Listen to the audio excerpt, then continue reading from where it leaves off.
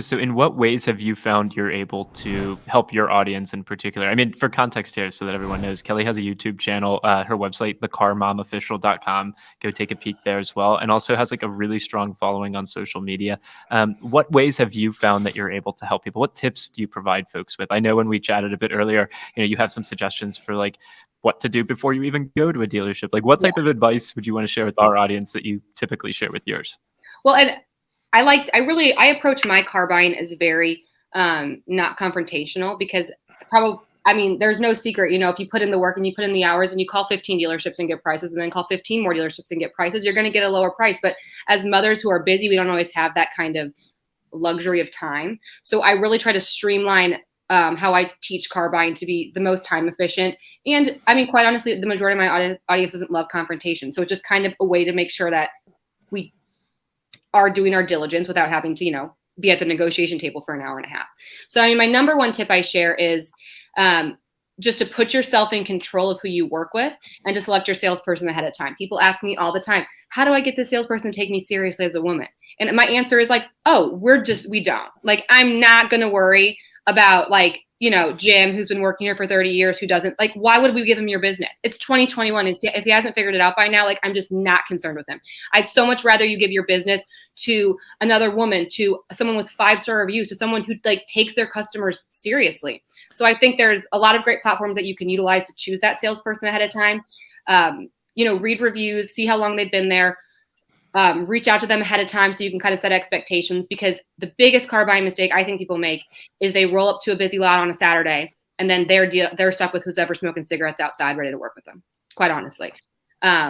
So choose your salesperson ahead of time is my biggest tip to make you feel more comfortable.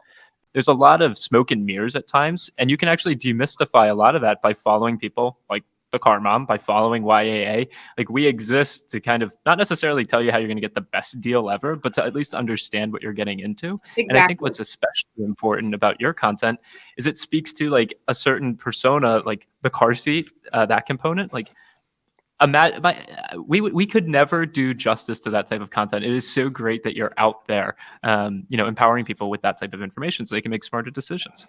Yeah. And I think one thing that I've really been able to connect with my audience with is I understand the challenges that women face when buying a cars. And I can really empathize because I feel like they're the same challenges I faced as selling cars. I started selling BMWs when I was 22 years old. So imagine being 22, never selling cars before, and looking across a man 3 times my age about an $80,000 5 Series. Like, it was, and I'm like, so I really dealt with a lot of adversity. And I think because of those experiences, I'm really able to relate to the car buying process, because it can be difficult on both fronts. Can I ask you a question? As somebody who's a female and sold cars for a living, why is it, from your experience, do you think that so many dealerships make it so difficult for women when they come in by themselves, and they're quite capable of doing this by themselves, coming in by themselves to buy a car? Why do so many dealership personnel make it so difficult for the women?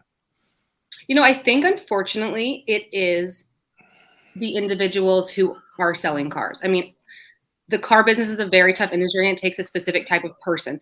I don't know if I can even fault the industry, because I understand, like, people buy cars in the evenings, people buy cars on Saturdays. So you have to work those hours. I think the lack of women in the workforce hurts us.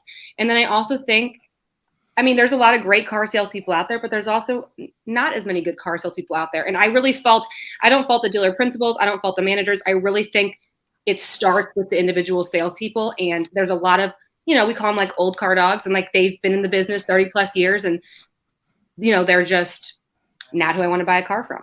Ultimately, in the mom community, there's a bunch of mom related Facebook groups, which are, any moms probably belongs to several of them. So I'm in like a May 2020 babies, because like my son was born in May of. So I'm in like all these like specific like Peloton moms, like St. Louis moms. I'm in all these mom groups because it takes a village, and I like to feel like I have a lot of other women who can relate to me.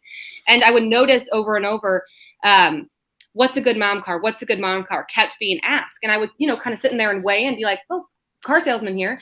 I like this car and this car for these reasons. And then, but I was just sympathizing because I'm like, well, what is a good mom car? And as I was planning for because I was pregnant at the time, I was planning for my second child.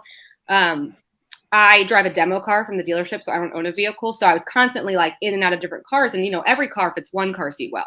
Where things get more complicated is when you add a second car seat or a third car seat. And as I started to do a little research, I got really frustrated with some of the manufacturers. Not to like harp on a specific car, for example, but the Kia and the Telluride and the Palisade just came out as like these awesome 8-passenger haulers. And I was like, whoa.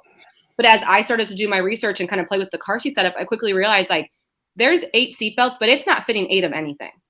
I mean, it's not fitting 8 car seats. It's not fitting. You can't sit in between 2 rear-facing car seats. You can't access the third row with a car seat. You can't fit a double stroller with the third row up. So then quickly I was like, well, this isn't being advertised correctly. I'm not saying it's not a great car, but I would just have friend after friend buy a Ford Explorer, realize it wasn't big enough, have $10,000 of an equity to carry on to the next vehicle. And I was just like, whoa, like someone's got to be telling people what these cars are really doing and how, I don't want to say how falsely they've been advertised, but, you know, manufacturers love to throw out buzzwords. They love to add another seatbelt so they can claim it's a large SUV.